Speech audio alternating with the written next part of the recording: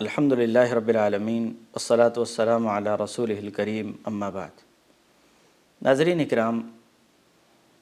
اسوہ رسول صلی اللہ علیہ وسلم پہ چلنا انسان کے لیے سراپا خیر اور باعث نجات ہے، اور اس کے بہت سارے فوائد ہیں کہ انسان اپنے رسول، اپنے پیغمبر، اپنے محبوب کی اطاعت، اتباع، فرما برداری کرتا رہے اور ان کے نقش قدم پہ چلتا رہے۔ ان فوائد میں سے سب سے پہلا فائدہ یہ ہے کہ جو انسان اللہ کے رسول کی اطاعت کرتا ہے، فرما برداری کرتا ہے، وہ اللہ رب العالمین کے حکم کی تکمیل کر رہا ہے اور اللہ کے حکم کی تعمیل کر رہا ہے۔ جس رب العالمین نے نبی کریم صلی اللہ علیہ وسلم کی اطاعت اور اتباع کا حکم دیا ہے، حتیٰ کہ تمام رسولوں کی اطاعت اور اتباع کا حکم ان کی امتوں کو دیا، اور قرآن مجید میں اللہ رب العالمین نے اس بات کا تذکرہ فرماتے ہوئے فرمایا وَمَا أَرْسَلْنَا مِن رَّسُولٍ إِلَّا لِيُطَاعَ بِإِذْنِ اللَّهِ، کہ ہم نے جو بھی رسول بھیجا ہے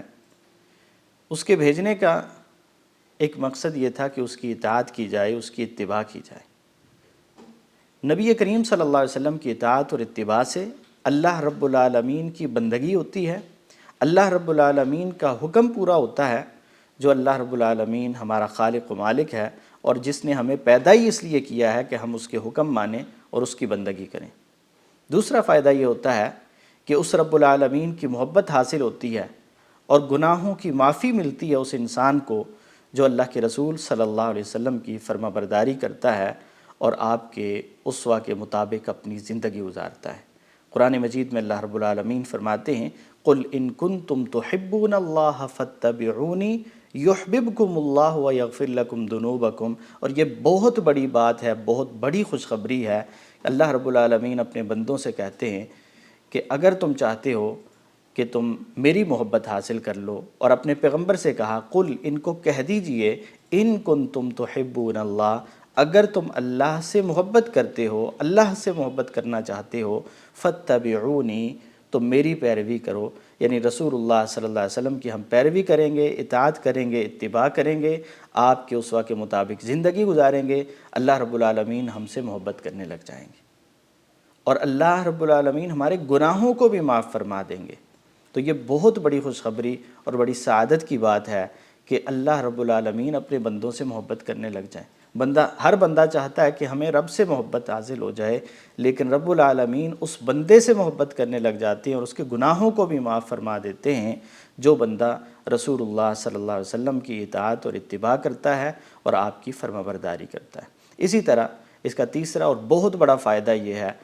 کہ وہ حقیقی کامیابی، ہم تو سمجھتے ہیں نا کہ شاید کامیابی یہ ہے کہ کم وقت میں ہم زیادہ دنیا کما لیں تو بڑا کامیاب سمجھا جاتا ہے، فلاں بڑا کامیاب ہے، فلاں بڑا سمجھدار ہے۔ نہیں، اللہ کی نظر میں جو حقیقی کامیابی ہے،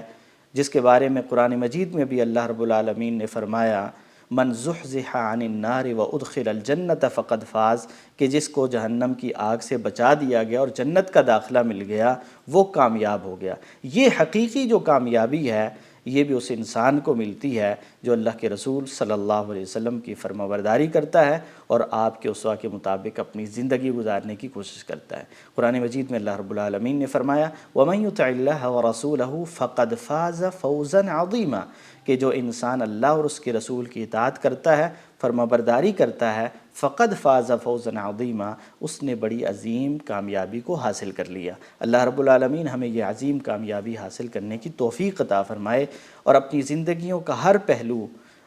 اپنے رسول صلی اللہ علیہ وسلم کی اطاعت اور اتباع میں گزارنے کی توفیق عطا فرمائے۔ وآخر دعوانا ان الحمد للہ رب العالمین۔